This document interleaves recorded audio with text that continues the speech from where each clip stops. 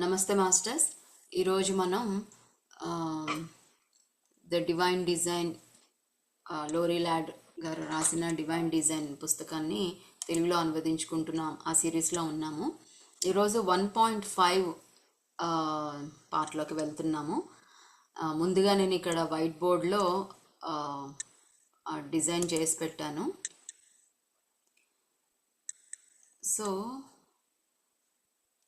Okay, so ఇదేంటి అంటే ఈ చాప్టర్ పేరు ఏంటంటే creating the galactic federation of light.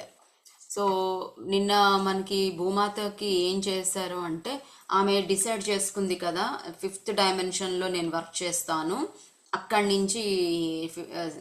నుంచి పైకి ఎదగడం అనేది ఎక్స్పెరిమెంట్ చేస్తాను ఆమె డిసైడ్ చేసుకుంది. ఆవిడికి వన్స్ డిసైడ్ చేసుకొని మూల చైతన్యంలోంచి బయటకు వచ్చి నేను ఇలా వర్క్ చేస్తాను అని డిసైడ్ చేసుకున్న తర్వాత తను ఎంతోమంది మాస్టర్స్ యొక్క సహాయం కోరిందనమాట. ఈ ఎక్స్పెరిమెంట్లో నాకు సహాయం చేయడానికి మాస్టర్స్ని అడిగినప్పుడు వాళ్ళందరూ సపోర్ట్ చేశారు. సో ఆ మాస్టర్సే అదంతా కలిపితేనే ఈ గ్యాలక్టిక్ ఫెడరేషన్ అవుతుందన్నమాట. అదేంటో చూద్దాం. So creating the galactic federation of light. ఒక భూమి విశ్వానికి ఎనర్జీ కాల్ పంపించింది అనమాట. అంటే అందరినీ పిలిచిందనమాట. ఏమని, నాకు ఈ ఈ ఎక్స్పెరిమెంట్లో దయచేసి సహాయం చెయ్యండి, గైడ్ చెయ్యండి అనేసి పిలిచిందనమాట. పిలిచినప్పుడు ఒక 12 మంది higher dimension light beings. So ఈ మాటలను అర్థం చేసుకుందాం. Higher dimensional light beings. Light అంటే కాంతి కోసం వర్క్ చేసే వాళ్ళని లైట్ వర్కర్స్ అంటారు. ఓకే, మనము వాళ్ళందరికీ కూడా ఫిజికల్ బాడీ లేదు, కేవలం వాళ్ళు ఒక ఎనర్జీ కాన్షియస్ అనమాట. వాళ్ళకు ఒక చుట్టూ ఒక ప్రొటెక్షన్ ఉండే ఎనర్జీ కాన్షియస్. సో బీయింగ్ అన్నారు, అంటే ఒక ఉన్నది అని అంతే. సో అండ్ హయ్యర్ డైమెన్షనల్, పై స్థాయిల్లో ఉందన్నమాట వాళ్ళ కాన్షియస్ అంతా కూడా. సో అట్లా ఎంతమంది, మొత్తం 12. ఇక్కడ చూపిస్తున్నాను మీకు. నా ఆరో కనిపిస్తుందో లేదో, కనిపిస్తుందా? సో ఏది క్లిక్ చేయొద్దు దయచేసి, మారిపోతుంది అది స్క్రీన్ మీద. కనిపించట్లేదా? ఇప్పుడు వైట్ బోర్డ్ అయితే కనిపిస్తుంది కదా, వైట్ బోర్డ్ కనిపిస్తుంది కదా. వైట్ బోర్డ్ మీద 12 ఓవర్స్ అని పర్పుల్ కలర్ లో ఉంది కదా, కనపడుతుంది. Thank you. సో వీళ్ళేమో హయ్యర్ డైమెన్షనల్ లైట్ బీయింగ్స్ అన్నమాట.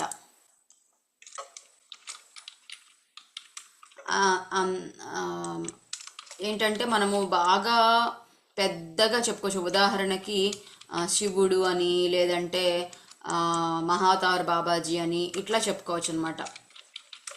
సో వీళ్ళందరూ పత్రిజీ, వీళ్ళందరూ హయ్యర్ డైమెన్షనల్ లైట్ బీయింగ్స్ అనమాట.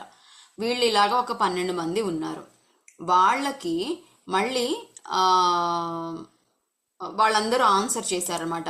భూమాత పిలిచినప్పుడు నాకు హెల్ప్ కావాలి, గైడెన్స్ కావాలి అన్నప్పుడు ఈ మాస్టర్స్ ఆవిడని పిలుపుని అందుకొని మేము చేస్తాము అని చెప్పారు.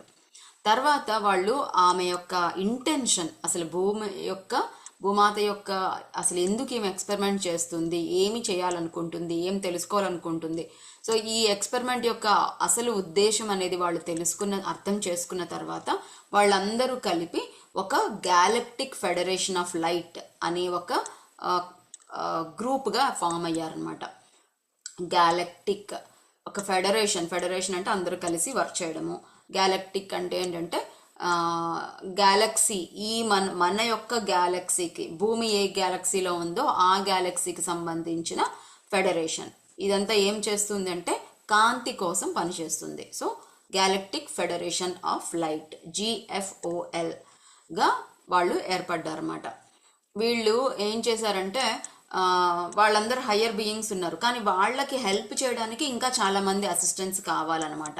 ఎక్స్పెరిమెంట్లో సహాయం చేయడానికి, భూమాతకి గైడ్ చేయడానికి, నువ్వు ఇలా చెయ్యి, ఇగో ఇప్పుడు ఇలా ఇది చెయ్యి, ఒక భూకంపం రానివ్వు, లేదంటే ఎనర్జీస్లో మార్పు రానివ్వు, ఇలాగ గైడ్ చేయడానికి ఈ 12 మందికి 12 హయ్యర్ డైమెన్షనల్ బీయింగ్స్కి మళ్ళీ ఇంకా వేరే వాళ్ళ అసిస్టెన్స్ కావాలి అని పిలిచారనమాట. అవసరం అయ్యింది వాళ్ళకి. అప్పుడు వాళ్ళకి వేల మంది higher dimensional consciousness different dimensional fields నుంచి వచ్చిందనమాట. మేము చేస్తాం, మేము సహాయం చేస్తాము అనేసి.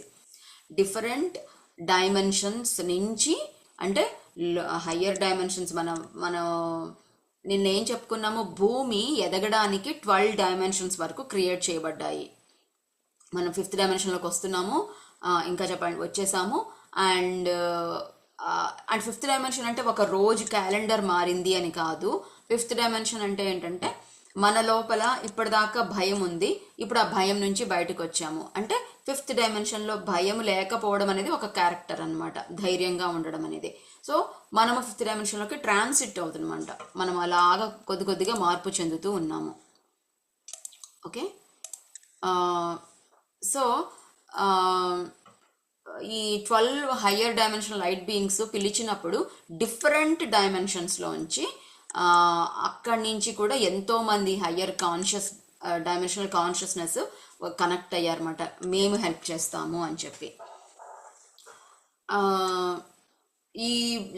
ఈ higher dimensional beings, light beings అందరూ కూడా ఎక్కడి నుంచి వచ్చారు అంటే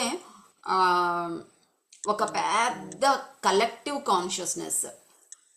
అంటే మన వివరంగా చెప్పుకుందాము. Collective consciousness between 9th and 24th dimensional fields అనమాట. మనకేమో 12 డైమెన్షన్స్ వరకు ఉంది, భూమి ఎదగడానికి 12 డైమెన్షన్స్. కానీ హయ్యర్ లెవెల్లో 24 వరకు డైమెన్షనల్ ఫీల్డ్స్ అనేవి ఉన్నాయి. ఇంకా ఉన్నాయేమో మనకి తెలీదు, ఇప్పుడు చెప్పడం 24 వరకు చెప్పారు.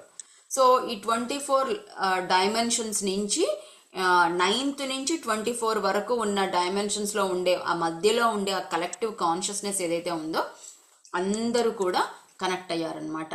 సో ఇప్పుడు మనము 3rd డైమెన్షన్లో ఉంటే ప్రాబ్లమ్స్ని అన్నీ చూస్తున్నాం. 5th డైమెన్షన్లోకి వెళ్ళేటప్పటికి ప్యూర్గా తయారవుతాము. కానీ అవ్వడానికి ముందు నాలో ఉండే మలినాలన్నిటినీ శుభ్రం చేసుకొని పాజిటివ్గా నేను మాత్రమే వెళ్ళగలను అనమాట. సో మన 5th డైమెన్షన్లోకి పూర్తిగా భూమి మొత్తం ఎంటర్ అయిపోతే మేబీ అదొక 20-30 సంవత్సరాలు పడుతుందేమో అనుకుందాం. అంటే క్లాస్లో మొదటి లైన్లో కూర్చొని బాగా తెలివిగా ఉండి టీచర్ చెప్పినట్టు వినేవాళ్ళు వెంటనే పాస్ అయిపోతారు కదా. కొంచెం మధ్యలో ఉండే వాళ్ళకి 2-3 సార్లు చెప్పాల్సి వస్తుంది అర్థం అవ్వడానికి. అదే వెనక సీట్లో ఉండి అస్సలు వినకుండా, క్లాస్ వినకుండా, ఇన్స్ట్రక్షన్స్ అసలు మొదటి బెంచ్ వాళ్ళకేమో వినాలి, ఇది నా పర్పస్ అని తెలుసు కాబట్టి వాళ్ళు చేస్తారు. మధ్యలో ఉండే వాళ్ళకి వినాలి అని తెలుసు కానీ అది ఎలా చేయాలో తెలియదు అనమాట, వాళ్ళకి అర్థం కాదు. వాళ్ళ యొక్క లెవెల్ కంటే అది హయ్యర్ లెవెల్లో ఉంటుంది ఆ క్లాస్ టీచర్ చెప్పేదంతా. కాబట్టి వాళ్ళకి టైం పడుతుంది, మళ్ళీ చేయాలి, కొద్దిగా ఎదుగుతూ ఉంటారు. అదే వెనక సీట్లో ఉండే వాళ్ళకి అసలు అది వినాలి, ఇది అవసరం, నాకు దీనివల్ల నాకు మంచి జరుగుతుంది అనే కాన్సెప్ట్ కూడా వాళ్ళకి ఉండదు అనమాట. అందుకని వాళ్ళకి టైం పడుతుంది, చాలా చాలా టైం పడుతుంది. సో అందుకోసమే ఒక 20-30 సంవత్సరాలని టైం తీసుకుంటే మొత్తము భూమి మీద ఉండే అన్ని బీయింగ్స్ అందరూ కూడా ఎవాల్వ్ అవ్వాలంటే కొంత టైం పడుతుంది అనమాట. సో ఈ అండ్ ఒక్కొక్కరికి ఒక్కొక్క విధంగా చెప్పాలి కదా, ఒక్కొక్క విధంగా ఎక్స్పీరియన్స్ చేయించాలి. కాబట్టి అన్ని డైమెన్షన్స్లో వాళ్ళందరూ కూడా మనకి కలెక్టివ్ కాన్షియస్గా అంతా వాళ్ళందరూ కలిసి ఉంటారనమాట. వాళ్ళ కాన్షియస్ అంతా కలిసి ఉంటుంది. అలా వచ్చారన్నమాట. వాళ్ళు ఎంతమంది వచ్చారు అంటే ఈ 12 మందికి మళ్ళీ టోటల్గా హెల్ప్ చేయడానికి 120 బీయింగ్స్ అనేవి ఉన్నదన్నమాట. అంటే చెప్తాను. సో ఈ 12 మెంబర్స్కి డిఫరెంట్ గ్రూప్స్ ఏర్పాటు చేశారు. 12 మెంబర్స్ డిఫరెంట్ ఈ పని చేయడానికి, ఈ భూమి యొక్క అసిస్టెన్స్ చేయడానికి, గైడ్ చేయడానికి బోలెడన్ని కౌన్సిల్స్ ఏర్పడ్డాయి అనమాట. ఇవన్నీ కౌన్సిల్స్. ఓకే, సో ఈ కౌన్సిల్స్ ఏం చేస్తాయి అంటే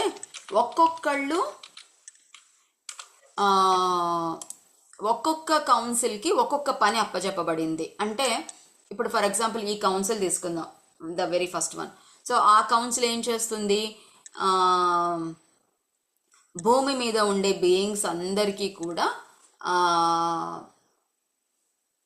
శాకాహారం తినాలి, వాళ్ళు వెజిటేరియన్గా మారాలి, ఇంకా చెప్పాలంటే వీగన్స్గా మారాలి, జంతువుల నుంచి ఏమీ ఆశించకూడదు, జంతువులు వాటి లైఫ్ అవి బతుకుతుంటాయి, మన లైఫ్ మనం బతకాలి అన్న విధంగా బీయింగ్స్ మొత్తాన్ని క్రియేట్ చెయ్యాలి అని ఒక కౌన్సిల్ డిసైడ్ చేసుకుంటుంది. ఇంకొక కౌన్సిల్ అనుకుంటుంది, డిసైడ్ ఏం చేయొచ్చు అంటే, భూమి మీద ఈ న్యాచురల్ కెలామిటీస్ ఏదైతే ఉన్నాయో అవన్నీ కూడా ఎప్పుడు అవసరమైతే అప్పుడు ఏర్పాటు వచ్చేలాగా చేయాలి. ఉదాహరణకి చేపలు పట్టే వాళ్ళు ఉంటారనమాట. చేపలు పట్టే వాళ్ళు ఏం చేస్తారు, సముద్రం ఒడ్డున ఉండి, కోస్టల్ ఏరియా అంతా ఉండి, వాళ్ళు కొన్ని టన్స్ అండ్ టన్స్ ఆఫ్ చేపల్ని పడుతూ, అదే డ్యూటీ అనమాట, పొద్దున్న లేసి టన్స్ అండ్ టన్స్ ఆఫ్ కంటైనర్స్తో చేపల్ని పట్టి నింపేస్తూ ఉంటారనమాట. అవసరం ఉందా లేదా అని కాదనమాట, అలా అలా అయిపోయింది ఇప్పుడు సమాజం. మనకి అవసరానికంటే ఎక్కువ ఫుడ్ని మనం కొనుక్కుంటాము, స్టోర్ చేసుకుంటాము, వంట చేస్తాము, కొన్నిసార్లు పడేస్తుంటాం కూడా. సో అసలు యానిమల్స్ అనేవి ఫుడ్ కాదు, ఎందుకంటే అవి మన జీవులు. చిన్న ఎగ్జాంపుల్ చెప్తాను, ఇది కరెక్టా కాదా అని మనకి అర్థమవుతుంది. యానిమల్స్ని తినడం అనేది కరెక్టా కాదా మనకి అర్థమవుతుంది. మనకంటే కూడా మనకంటే కింద ఉండే జీవుల్ని మనం తింటున్నాము, మనకంటే కూడా ఉన్నతమైన జీవులు కనుక భూమి మీదకి వస్తే, మనకంటే ఉన్నతమైన జీవులు వాళ్ళు ఇంకా పెద్దగా ఉంటారు, చాలా తెలివితేటలతో ఉంటారు. అలా వస్తే గనక ఇప్పుడు చీమల పుట్టలు ఇల్లులాగా కట్టుకొని ఉంటాయి, మనము వాటిని తొక్కేస్తుంటాము, మందులు కొట్టేసి పాడు చేస్తుంటాము, చీమల్ని చంపేస్తుంటాము, ఇవన్నీ కూడా మనం చేస్తూ ఉంటాం. అదే మనకంటే హయ్యర్ బీయింగ్స్ వచ్చినప్పుడు మన ఇళ్ళన్నీ కూడా పగలగొట్టేసి మనల్ని తీసుకొని చంపుకొని తింటే, ఒక్క నిమిషం మాస్టర్స్, ఒకవేళ మనకంటే హయ్యర్ బీయింగ్స్ మనల్ని చంపుకొని తింటే, మన ఇళ్ళు పగలగొట్టేస్తే, మనల్ని కేజ్లో పెట్టేస్తే, మనల్ని ఫార్మింగ్ చేస్తే, ఇవన్నీ ఇప్పుడు మనం జంతువుల మీద ఎలాంటి అరాచకాలు చేస్తున్నామో మనల్ని కూడా అలాగే చేస్తే ఎలా ఉంటుంది? సో భరించలేం కదా అది. సో ఆ జంతువులు కూడా భరించలేకపోతున్నాయి అనమాట, ఏడుస్తున్నాయి.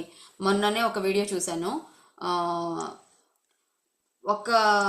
ఇద్దరు బండి మీద వచ్చారనమాట, రోడ్డు మధ్యలో, ఒక మంచి సిటీగా ఉంది, షాప్స్ అన్నీ ఉన్నాయి, బిజీ టైము. ఇద్దరు బండి మీదకి ఒక సెంటర్లోకి వచ్చారు. ఎక్కడి నుంచి వచ్చిందో ఒక ఆవు వచ్చి ఆ బండి మీద ఉన్న వెనక అతన్ని కింద పడేసింది, ఆయన్ని తొక్కింది. ఒక ఆవు అనమాట, ఆవు అంటే మన సాధు జంతువు, దానికి అసలు ఏమాత్రం హింస ఉండదు అనుకుంటాం. ఆ కింద పడేసి ఆయన్ని మాత్రమే తొక్కేస్తుంది, పొడి చేస్తుంది, చేస్తూనే ఉందనమాట. ఎవరు అడ్డం వచ్చినా కూడా ఆయన్ని మాత్రం వదిలిపెట్టట్లేదు. ఆయన పక్కకి పారిపోతున్నాడు, అన్నీ చేస్తున్నాడు, అయినా సరే ఆయన్ని ఆ ఆవు అనేది అసలు వదిలిపెట్టలేదు అనమాట. అంటే ఏంటి అర్థము, ఏదో సంథింగ్ అక్రూరత్వం ఏదో ఆయన చేసి ఉండొచ్చు, ఆయనకి పనిష్ చేయాలి. మనుషులు ఎవరు కాదు, జంతువుల ద్వారా, సాధు జంతువైన ఆవు ద్వారా ఆయనకి పనిష్ ఏదో వచ్చిందనమాట. సో ఆయన రావడం ఏంటి, అక్కడ ఆగడం ఏంటి, ఆ బండి ఎక్కడో ఉన్న ఆవు కాస్త తనకి ప్రేరేపింపబడి ఈయనని పట్టుకొని ఒక్కసారి పడేస్తే అది వేరు, కానీ ఆయన్ని చాలాసేపు అనమాట వదిలిపెట్టలేదు. అసలు ఎంతమంది అడ్డు రావడానికి ప్రయత్నించినా వదిలిపెట్టలేదు. ఆయన ఎంత హింసాత్మకంగా ఆయన ప్రవర్తించారో మనకి తెలీదు, అది మాత్రమే కెమెరాలో రికార్డ్ అయింది కాబట్టి మనకి అది చూడగలుగుతాం. సో జంతువుల నుంచి ఏమీ ఆశించకూడదు, వాటి వెంట్రుకలు కానీ వాటి చర్మం కానీ ఏది ఆశించకుండా మీ పాటికి మీరు జీవించండి, మా పాటికి మేము జీవిస్తాము అనే విధంగా తయారు చెయ్యాలి అని ఒక కౌన్సిల్ అనుకొని ఉండొచ్చు. సో ఇట్లా ఎన్నో కౌన్సిల్స్ ఏర్పడ్డాయి అనమాట, ఒక్కొక్క పనికి ఒక్కొక్క కౌన్సిల్గా ఏర్పడింది. నెక్స్ట్ మరి ఈ కౌన్సిల్లో మళ్ళీ ఒక్కొక్క కౌన్సిల్లో కూడా 12 మంది ఉన్నారన్నమాట, 12 బీయింగ్స్ ఉన్నాయి, హయ్యర్ డైమెన్షనల్ బీయింగ్స్ ఉన్నాయన్నమాట. సో డిఫరెంట్ కౌన్సిల్స్ ఉన్నాయి, ఈచ్ కౌన్సిల్లో మళ్ళీ 12 బీయింగ్స్ ఉన్నాయి. మళ్ళీ ఆ 12 బీయింగ్స్కి మళ్ళీ ఒక్కొక్క బీయింగ్ మళ్ళీ బోల్డ్ 10 యాక్చువల్గా సారీ ఇక్కడ 10 బీయింగ్స్ హెల్ప్ చేశారనమాట. Okay, it's not coming. What I mean say is different కౌన్సిల్స్కి 12, ఒక్కొక్క కౌన్సిల్కి 12 మంది ఉంటారు. ఆ 12 మందిలో ఒక్కొక్క 12 మందికి మళ్ళీ 10 మంది ఉంటారన్నమాట. సో ఓవరాల్గా చూస్తే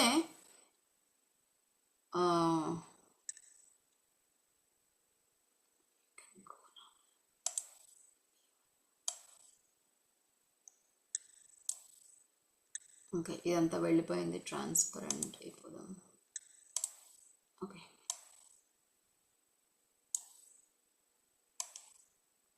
ఓకే కనిపిస్తుంది కదా.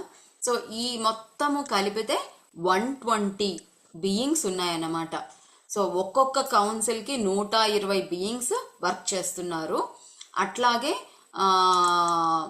అట్లా బోలెడని కౌన్సిల్స్ ఉన్నాయి. ఓకే, 120 బీయింగ్స్ పని చేస్తున్నారు. అండ్ అట్లాగే బోలెడని కౌన్సిల్స్ ఒక్కొక్క పని కోసం ఒక్కొక్కళ్ళు ఉన్నారన్నమాట. సో కాన్సెప్ట్ అర్థమైంది కదా. ఓకే, ఎవరన్నా ఏమన్నా చెప్తారా?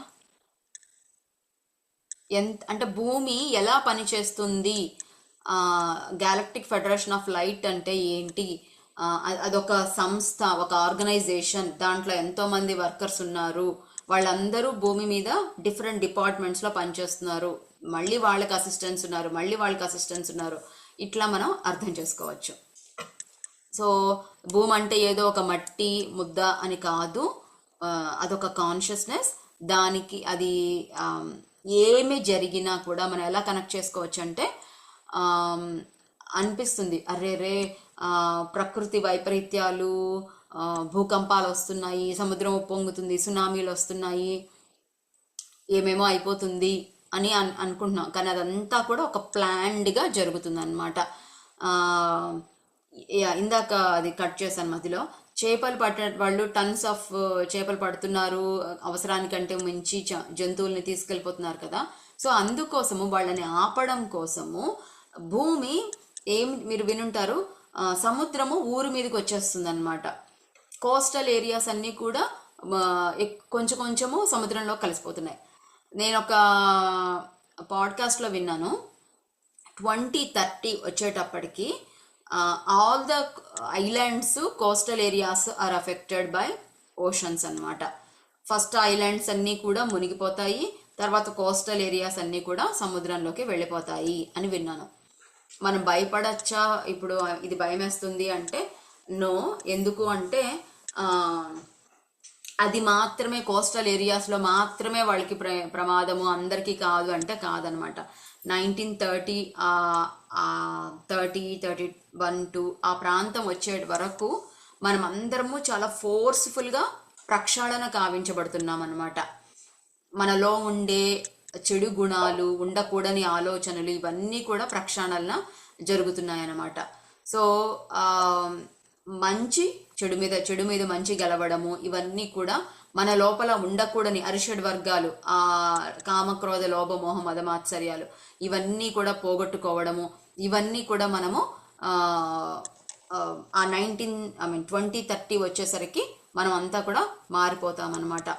ఇంతకుముందు నేను ఇలా ఉండదాన్ని, ఇప్పుడు ఇలా చేస్తున్నాను, అవన్నీ కూడా మారిపోతాయి. అందరూ ఆరోగ్యంగా తయారవడము, ఉన్న వాళ్ళందరూ ఆరోగ్యంగా ఉండడము, ప్రేమతో ఉండడము, ఒకరినొకరు ప్రేమగా చూసుకోవడము, ఇంకా కులమతాలు, ప్రాంతాలు, దేశాలు ఇవన్నీ ఏమీ లేకుండా కలిసిపోవడము, ఇలా ఒక హ్యాపీనెస్ అనేది వస్తుందన్నమాట. ఇందాక నేను ఇంకొక పాడ్కాస్ట్ విన్నాను. సో విశాఖ నేను మ్యూట్ చేస్తున్నానండి, sorry. Thank you for joining, nice to see you after long time. So 1932 వచ్చేసరికి నేను అది ఒక పాడ్కాస్ట్లో ఏమి విన్నానంటే, 1932 వచ్చేసరికి ఒక 25 ఏళ్ల యువకుడు నేను కల్కిని అనేసి, అట్లాగే నేను ఇదంతా కూడా చెడు మీద బాగా యుద్ధాలు చేయడము, ఇవన్నీ కూడా ఆయన వర్క్ చేస్తారు అని ఒక పాడ్కాస్ట్లో విన్నాను అనమాట. కల్కి అంటే ఒక ఫిజికల్గా ఒకళ్ళు వస్తారా అనేది నమ్మినా నమ్మకపోయినా పక్కన పెడితే, ముందు మనకి లైఫ్ అనేది బాగుండబోతుంది, యుద్ధాలు పోతాయి, ఇవన్నీ కూడా బాగుండబోతుంది అని మనం ఎక్స్పెక్ట్ చేయొచ్చు. కానీ అక్కడికి వెళ్ళాలంటే ముందు మన లోపలే మనకి దేశాలకి మధ్య యుద్ధం జరుగుతుంది, మన లోపలే మనకి మధ్యలో యుద్ధం జరుగుతుంది అనమాట. So let's hope for the best. And ఇంకోటి ఏంటంటే చాలా క్విక్గా రోజులు మారిపోతున్నాయి అన్నమాట. ఒక్క రోజుకే నిన్న అవేకనింగ్, స్పిరిచువల్ అవేకనింగ్ జరగని వాళ్ళకి ఈరోజు కొన్ని లక్షల మంది జరుగుతుంది భూమి మీద. అట్లా ప్రతిరోజు ఏ రోజుకి ఆ రోజు చాలా ఫాస్ట్గా మనము భూమి అనేది ఇవాల్వింగ్ అవుతుంది. ఎందుకు అంటే ఇవన్నీ కూడా గ్యాలక్టిక్ ఫెడరేషన్ ఆఫ్ లైట్ వాళ్ళు డిజైన్ చేశారన్నమాట. ఇలా చెడు అనేది, క్రూరత్వం అనేది ఇంకా కొన్ని వేల సంవత్సరాల వరకు కొనసాగడం అనేది కరెక్ట్ కాదు, అలా ఉండకూడదు అని చెప్పి మార్పు చెందుతుంది.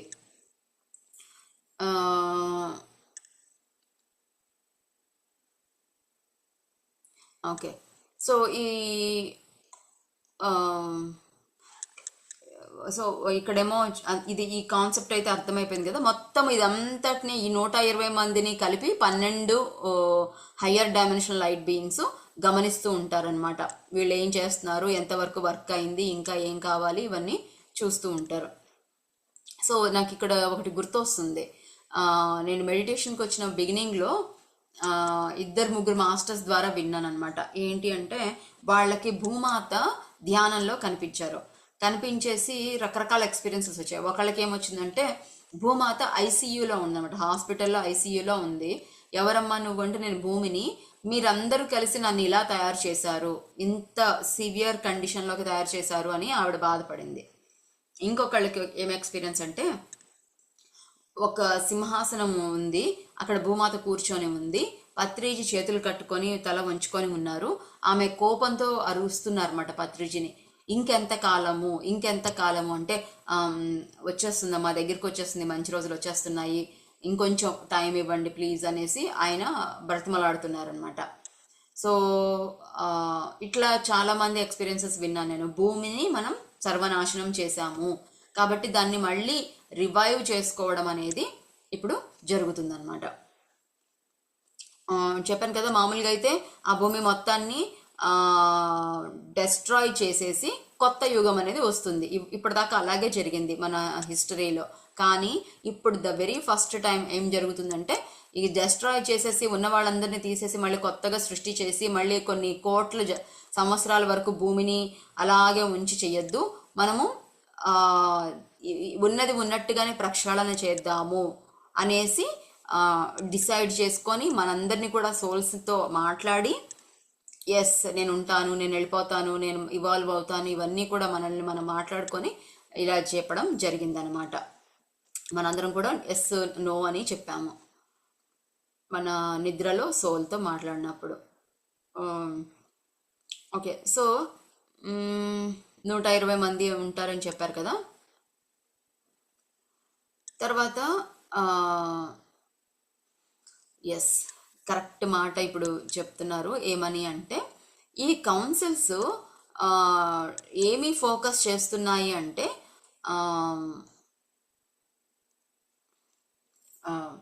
టెక్నాలజీ మీద ఫోకస్ చేస్తున్నాయి. కాదు, కొన్ని కౌన్సిల్స్ ఉన్నాయి, అవి ఏం చేస్తున్నాయి, టెక్నాలజీ మీద అసిస్ట్ చేస్తున్నాయి. దేనికి ఆ టెక్నాలజీతో ఏం పని జరుగుతుంది అంటే, భూమి యొక్క సాంద్రతని తగ్గించడానికి, అంటే భూమి యొక్క బరువుని తగ్గించడానికి. భూమి యొక్క బరువు అంటే మనందరం ఉన్నాం కాబట్టి బరువుగా ఉంది అని కాదు. భూమి యొక్క బరువు అంటే లోయర్ డైమెన్షన్లో ఉన్నప్పుడు హయ్యర్, చాలా డెన్సిటీ ఉంటుంది, భారంగా ఉంటుంది. మనం గనక హయ్యర్ ఫ్రీక్వెన్సీకి వెళ్ళినప్పుడు తేలికగా ఉంటుంది అని చెప్పుకున్నాం కదా. సో భూమి యొక్క భారాన్ని తగ్గించడం కోసం కొన్ని కౌన్సిల్స్ వర్క్ చేస్తున్నాయి అన్నమాట, ఒక టెక్నికల్గా వర్క్ చేస్తున్నాయి. అండ్ ఇంకొన్ని కౌన్సిల్స్ ఏం చేస్తున్నాయి, భూమి యొక్క రక్షణ కోసం చేస్తున్నాయి.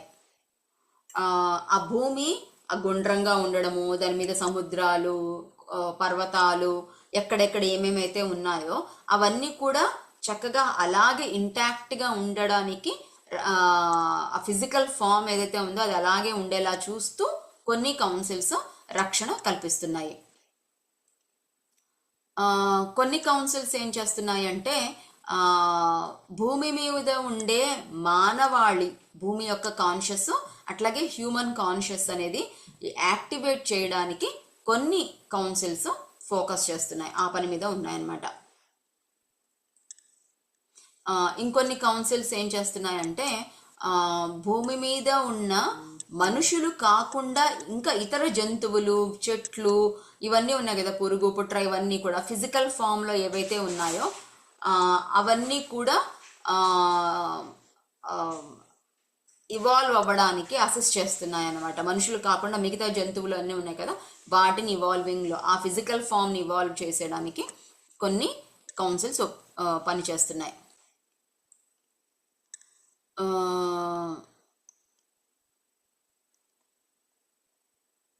ఓకే, వెరీ ఇంపార్టెంట్ నెక్స్ట్ది. ఇంకా కొన్ని కౌన్సిల్స్ ఏం చేస్తున్నాయంటే లైట్ వర్కర్స్ ఉంటారు కదా, అంటే కాంతి కోసం పనిచేసే వాళ్ళని లైట్ వర్కర్స్ అంటారు.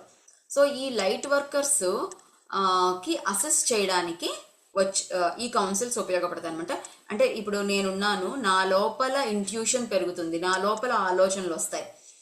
నిన్న ఒకలాగా అనుకుంటాను, రేపు ఇంకోలాగా అనిపిస్తుంది. ఇవన్నీ ఇంట్యూషన్ ద్వారా మనకి ఆ థాట్స్ని ఈ మాస్టర్స్, హయ్యర్ డైమెన్షనల్ బీయింగ్సే మన లోపల కల్పిస్తారనమాట. మనం ఒకటి మాట్లాడుతుంటే దీని గురించి చెప్పు అనేసి మనకి డౌన్లోడ్ అవుతుంటుంది. మీరు కూడా టీచ్ చేయడం మొదలు పెడితే మీకే అర్థమవుతుంది అనమాట. మనం మాట్లాడుతూ ఉంటాము, హయ్యర్ డైమెన్షన్ ఎనర్జీస్తో కనెక్ట్ అవుతాం, ఈ పుస్తకంతో కనెక్ట్ అవుతాం, లోరీ ల్యాడ్తో కనెక్ట్ అవుతాం, అండ్ ఎంతో మంది హయ్యర్ డైమెన్షనల్ బీయింగ్స్తో కనెక్ట్ అవుతాం. ఇదంతా కూడా వాళ్ళ ప్లానింగ్ అనమాట. ఇది ఇన్ఫర్మేషన్ అందరికీ అందాలి అని. ఇప్పుడు క్లాస్లో కొంతమందే ఉన్నారు, కానీ యూట్యూబ్లో చూసి నాకు రివ్యూ ఇచ్చిన వాళ్ళు ఉన్నారు. సో అందరిలోనూ కూడా ఈ జ్ఞానాన్ని అందించడం, లోరీ ల్యాడ్కి కూడా ఈ జ్ఞానం అందివ్వబడింది కదా. హయ్యర్ డైమెన్షన్ వాళ్ళు ఆవిడికి మాచు పీచు దగ్గర ఇచ్చారు, ఆవిడ ద్వారా పుస్తకం రాయాలని, ఆ పుస్తకం ఎంతో మంది చదవాలని, చదివిన వాళ్ళు మళ్ళీ అది తెలుసుకొని ఇంకొకరికి చెప్పాలని, ఇట్లా ఎంతో మంది, ఇదంతా ప్రీ ప్లానింగ్ అనమాట. సో ఈ డిఫరెంట్ కమ్యూనిటీస్లో పనిచేసే వాళ్ళు, లార్జ్ కమ్యూనిటీస్, ఉదాహరణకి గవర్నమెంట్, మతాలు, ఫైనాన్స్, సైంటిఫిక్, ఇట్లా రకరకాల డిపార్ట్మెంట్లో కమ్యూనిటీస్లో పనిచేసే వాళ్ళ మనసుల్లోకి ఈ ఆధ్యాత్మికతని పెంపొందించే విధంగా లైట్ వర్కర్స్గా ఒక స్పెసిఫిక్ లైట్ వర్కర్స్ ఫోకస్ చేస్తున్నారు అన్నమాట. కొన్ని కౌన్సిల్స్ అలా ఉంది. నిన్న ఒక అబ్బాయి మా ఇంటికి వచ్చాడు, మా అబ్బాయి వాళ్ళ ఫ్రెండ్.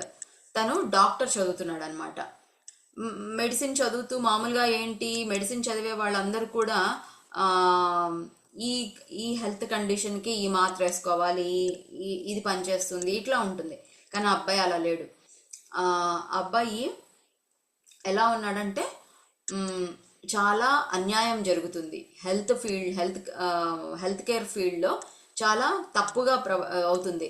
నేను అలా ఉండను, నేను చాలా ధైర్యంతో ఫైట్ చేస్తాను, అనవసరమైన ఖర్చులు, అనవసరమైన ట్రీట్మెంట్స్ ఇవన్నీ ఉండకుండా నేను చేస్తాను, నేను ఎంతో ధైర్యంగా పోరాడతాను అని చెప్తున్నాడు అనమాట.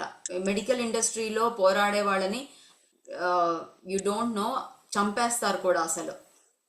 ఎందుకంటే వాళ్ళకి కోట్ల బిజినెస్ లాస్ అవుతుంది అనమాట. ఎవరన్నా కన్నా ఎదురు తిరిగి ఇది అనవసరము, ఇది ఇలా ఉండకూడదు అని చెప్తే ఇప్పటికి ఎంతో మందిని అలా చంపేసిన వాళ్ళు ఉన్నారు. కానీ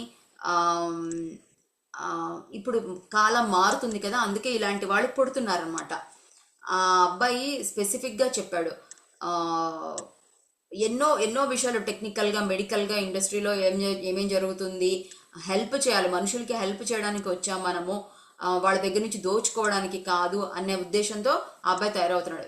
హీజ్ 20 ఏళ్ల వయసులోనే ఉన్నాడు, కానీ ఎంతటి స్ట్రాంగ్గా చెప్తున్నాడంటే ఆ అబ్బాయి తను చిన్నప్పటి నుంచి కూడా కొంచెము గట్టిగా మాట్లాడడము, గొడవ చేయడము, అల్లరి చేయడము, వినకపోవడము, ఎదుటి వాళ్ళని తిట్టడం, కొట్టడము ఇవన్నీ చేసేవాడు. ఈ అబ్బాయి ఎలా అవుతాడబ్బా పాపం కదా అనుకుంటూ ఉండేదాన్ని. కానీ అలాంటి క్యారెక్టర్ కాబట్టే పెద్ద అయిన తర్వాత తనకి ఒక పర్పస్ అనేది ఏర్పడి అంత స్ట్రాంగ్ మెంటాలిటీ అనేది ఉపయోగపడుతుంది అనమాట. ఒద్దికగా ఉండి తలంచుకొని ఉండి చెప్పింది చెప్పినట్టు వినడము, మాట్లాడకపోవడము, ఇవన్నీ చేసే వాళ్ళకి ఆ పర్పస్ అనేది ఉపయోగపడదు. తను నమ్మిన ఆదర్శం మీద గట్టిగా నిలబడి పోరాడడానికి సిద్ధపడ్డాడు కాబట్టి చిన్నప్పటి నుంచి కూడా అతనికి ఆ లక్షణాలు అనేవి ఉన్నాయన్నమాట. సో ఎంతో హ్యాపీ అనిపించింది తను మాట్లాడడం అన్నీ చేసిన తర్వాత. సో ఇట్లా రకరకాల మనుషులని పుట్టిస్తారు ఈ కౌన్సిల్స్. ఆ ఉన్న వాళ్ళల్లో మార్పులు చెందిస్తారు. గవర్నమెంట్ లీడర్స్ ఉంటారు కదా, వాళ్ళలో ఆలోచనలు రేకెత్తిస్తారు. యుద్ధాలు చేసే వాళ్ళు ఉంటారు, వాళ్ళని యుద్ధాన్ని ఆపించాలని, సంధి చేసుకోవాలని వాళ్ళ లోపల ఇంట్యూషన్స్ కలిగేలాగా చేస్తుంటారు అన్నమాట.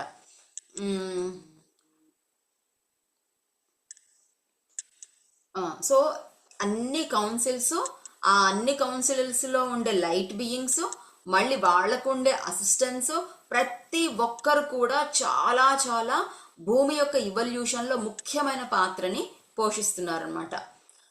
ఎవరు కూడా ఊరికే ఉండరు, అందరు కూడా వాళ్ళ వాళ్ళ పనుల్లో ప్రతి క్షణము చాలా ఇంపార్టెంట్ రోల్ ప్లే చేస్తూ ఉంటారు. ఇది గ్యాలక్టిక్ ఫెడరేషన్ ఆఫ్ లైట్ గురించి అనమాట. ఓకే, సో ఇది నేను ఈ వైట్ బోర్డ్ని ఇక్కడ క్లోజ్ చేస్తున్నాను. సో మనకి ఇలా బొమ్మ వేస్తే బాగా క్లియర్గా అర్థమవుతుంది అన్నట్టు నేను అనుకున్నాను. ఐ హోప్ మీకు ఒక ఐడియా వచ్చింది అనుకుంటున్నా. ఓకే, సో వీ హ్యావ్ ఎవరన్నా ఏదైనా షేర్ చేసుకుంటారా?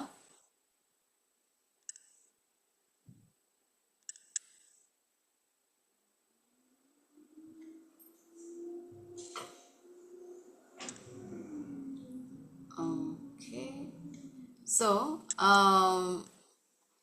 నెక్స్ట్ది 1.6 చాప్టర్ 1.6.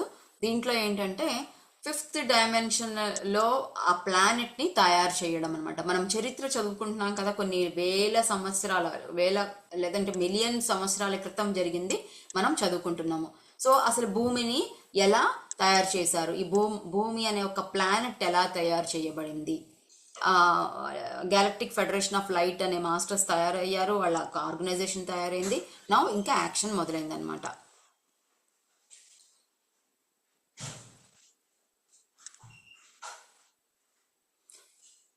సో ఈ గ్యాలక్టిక్ ఫెడరేషన్ ఆఫ్ లైట్ వాళ్ళు ఏం చేశారు అంటే, వాళ్ళు ఎప్పుడైతే ఆర్గనైజేషన్ తయారు చేయబడిందో వెంటనే వాళ్ళు చేసింది ఏంటి అంటే భూమి యొక్క భౌతిక శరీరాన్ని తయారు చేశారు. అంటే భూమి యొక్క ప్లానెట్ని తయారు చేశారన్నమాట. ఎలాగా? ఒక ఆలోచన ద్వారా, సంకల్పం ద్వారా మరియు ఎనర్జీ ద్వారా ఇన్స్టెంట్గా భూమిని క్రియేట్ చేశారు. మనకి తెలుసు కదా, హయ్యర్ డైమెన్షన్స్లో మనకేమి థాట్లోనే అన్నీ సృష్టించేస్తాం అన్నమాట మనం.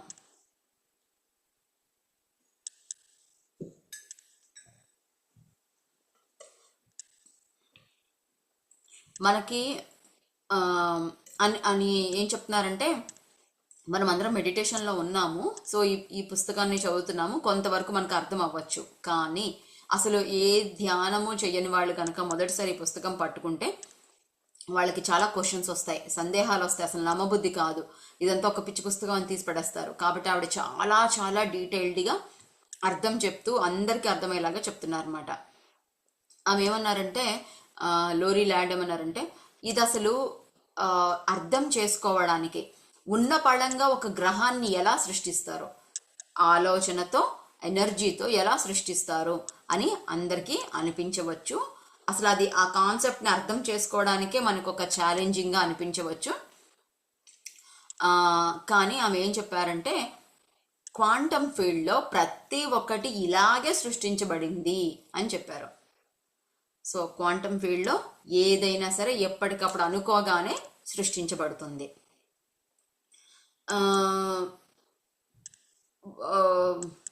క్వాంటమ్ ఫీల్డ్లో సృష్టించబడుతుంది, కానీ ఇక్కడ వీళ్ళు ఫిజికల్ ఫామ్గా సృష్టించారు కదా, అది కూడా ఎలాగా అనేది ఎక్స్ప్లెయిన్ చేస్తున్నారు. వాళ్ళు ఎప్పుడైతే నేను ఒక ఫిజికల్గా భూమిని తయారు చేయాలి అని అనుకుంటున్నాను, భూమిని ఒక ఎనర్జీతో ఫిజికల్ ఫామ్గా తయారు చేయాలని వాళ్ళు ఎప్పుడైతే అనుకున్నారో,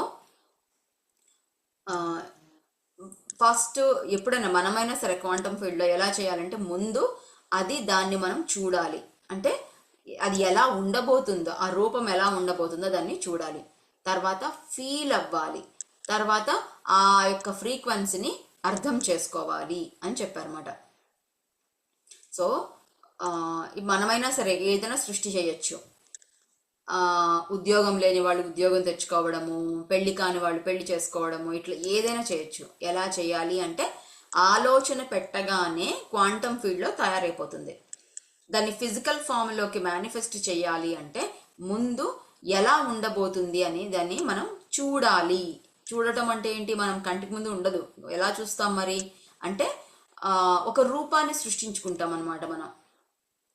అదే అదే విజువలైజేషన్ అంటారు. అంటే ఇప్పుడు ఏం చెప్తారంటే విజువలైజేషన్, ఎవరికైనా ఉద్యోగం కావాలి అనుకుంటే మనము ఈరోజు రేపటి నుంచి నేను ఉద్యోగంలో చేరుతున్నాను అని నేను విజువలైజ్ చేసుకోవాలి అనుకుంటే నేను ఏం చేస్తాను? ఆ టైం కల్లా లేసేసాను, పలానా బట్టలు వేసుకున్నాను, ఆ బట్టలు ఎక్కడున్నాయి, ఏ రూమ్లో ఉన్నాయి, ఆ ఏ కప్బోర్డ్లో ఉన్నాయి, అది అక్కడికి వెళ్ళడము, అది తీయడము, తీసేటప్పుడు నేను పింక్ కలర్ డ్రెస్ వేసుకుంటున్నాను, సో నాకున్న పింక్ కలర్ది కాటన్ది, సో నేను అది టచ్ చేసినప్పుడు ఎలాగ ఫీల్ అవుతున్నాను, అది ఇలా తీసినప్పుడు పైన పైన ఉండే బట్టలు పడిపోయాయా, సో ఇవన్నీ యాజ్ ఇఫ్ జరుగుతున్నట్టుగా నేను వేసుకుంటున్నాను అనమాట. ఆ డ్రెస్ వేసుకునేటప్పుడు దాని ఇలాస్టిక్ ఉంటే టైట్గా ఉందా, లూజ్గా ఉందా, దానికి ఒక బటన్ ఉందా, ఊడిపోయిందా, అన్నీ కూడా మనము విజువలైజ్ చేసుకుంటాం, మనం చూస్తున్నాం అనమాట. ఏం చెప్పారంటే ఒకళ్ళు, నేను మొదటిసారి ధ్యానంలోకి వచ్చినప్పుడు విజువలైజ్ చేసుకోవడం అంటే నేను పలానా చీర కట్టుకుంటున్నాను అంటే ఆ చీర కలర్ ఏంటి, చీరకున్న బార్డర్ ఏంటి, ఆ డిజైన్ ఏంటి, ఇవన్నీ కూడా మనకి కంటికి కనిపించాలన్నమాట. ఆ చీర కట్టుకొని నడుస్తూ ఉంటే ఆ బార్డర్ మన కాళ్ళకి తగిలి ఎలా అనిపిస్తుంది, ఇవన్నీ కూడా ఫీల్ అవ్వాలి. బాగా మెత్తగా ఉంటే మెత్తగా స్పర్శని ఫీల్ అవ్వడము, గరుకుగా ఉంటే అది. అండ్ ఆఫీస్కి వెళ్ళాము, ఆఫీస్కి ఎలా వెళ్ళాము, బస్లో వెళ్ళామా, ట్రైన్లో వెళ్ళామా, ఎలా వెళ్ళాము, వెళ్ళేటప్పుడు మనకి ఎంత రష్గా ఉంది అంటే కళ్ళు మూసుకొని నిజంగా జరిగినట్టుగా మనం అంతని ఊహలో చూసేస్తూ ఉంటాం అనమాట. అది క్వాంటమ్ ఫీల్డ్లో సృష్టించడం అంటే. ఎప్పుడైతే అలా సృష్టిస్తామో, ఫీల్ అవుతామో, బస్ ఎక్కాను, బస్సులో రష్ ఎక్కువ ఉంది, కుదుపులు వస్తున్నాయి, నేను పైన హ్యాండిల్ని ఇలా పట్టుకున్నాను, ఆ హ్యాండిల్ ఇలా పట్టుకున్నప్పుడు ఊరికే చెయ్యి ఇలా పట్టుకోం కదా, ఇలా నటించినట్టు ఇలా నటించను, కానీ బస్సు ఇలా కుదుపులు వస్తుంది, ఇలా ముందుకి ముందుకి ఉంది, నేను పడిపోకుండా గట్టిగా పట్టుకుంటాను అనమాట బిగించి. సో అవన్నీ ఫీల్ అవ్వాలన్నమాట మనం. అప్పుడు అయ్యి తర్వాత ఆ భూమి అనేది ఒకటి సృష్టించబడుతుంది. తర్వాత ఆ ఫ్రీక్వెన్సీని అర్థం చేసుకోవాలి. ఇప్పుడు ఫ్రీక్వెన్సీని అర్థం చేసుకోవడం అంటే ఇదే అనమాట. భూమి సృష్టించబడింది, భూమి మీద నడుస్తూ ఉంటే మట్టి తగలడము, రాళ్ళు గుచ్చుకోవడము, ఒక మెత్తటి గడ్డిని సృష్టించడము, ఇవన్నీ కూడా మనం అర్థం చేసుకొని ఫీల్ అవ్వాలి. ఏం చేస్తే ఏమవుతుంది, ఎలా ఉండబోతుంది, ఇవన్నీ కూడా.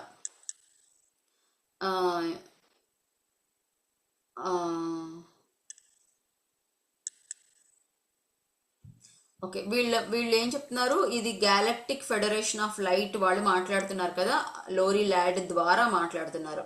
వాళ్ళు ఏమంటున్నారంటే ఈ భూమిని, ఈ ప్లానెట్ని తయారు చేసేటప్పుడు మేము మా యొక్క శక్తిని వాడాము, మా యొక్క ఎనర్జీ వైబ్రేషన్స్ని, మా యొక్క సొంత వైబ్రేషన్స్ని వాడాము. ఆ వైబ్రేషన్స్ వాళ్ళు ఏంటి, 12th డైమెన్షన్ అనమాట. 12th డైమెన్షన్ ఎనర్జీస్ని వాళ్ళు వాడారు. కానీ ఆ ఎనర్జీస్,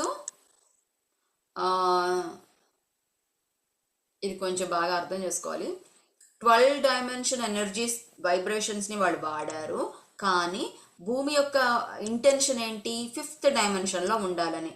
సో ఈ 5th dimension field lower vibration, lower frequency 5th డైమెన్షన్లో ఉంటూ, కానీ 12th డైమెన్షన్ ఎనర్జీస్ కూడా భూమి మీద ఉంది. మనం లాస్ట్ చాప్టర్లో చెప్పుకున్నాం ఏమని అంటే మనము ఎంతవరకు ఎదగచ్చు అంటే 12 డైమెన్షన్స్ వరకు ఎదగచ్చు. భూమికి 12 డైమెన్షన్స్ వరకు ఇచ్చారనమాట అవకాశం. అంతవరకు ఒక గ్రిడ్ లాగా తయారు చేసి, ఎనర్జీ గ్రిడ్ లాగా తయారు చేసి పెట్టారు భూమి చుట్టూ. భూమి మీద సాధన చేస్తూ, ఫిజికల్ ఫామ్లో మనం సాధన చేస్తూ మనం 12 డైమెన్షన్ వరకు వెళ్ళొచ్చు. భూమి మీదనే ఉంటాము, 5th డైమెన్షన్లోనే ఉంటాము, మన శరీరం ఇక్కడే ఉంటుంది, కానీ మన కాన్షియస్ 12 డైమెన్షన్స్ వరకు మనం సాధన చేసి ఇవాల్వ్ అవ్వచ్చు అనమాట.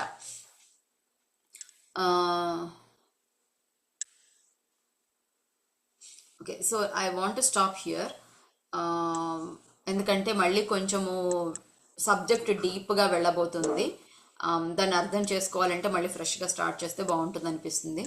సో ఈ రోజుతో ఇక్కడికి ముగిస్తాను. ఎవరైనా ఏమైనా షేర్ చేసుకుంటారా?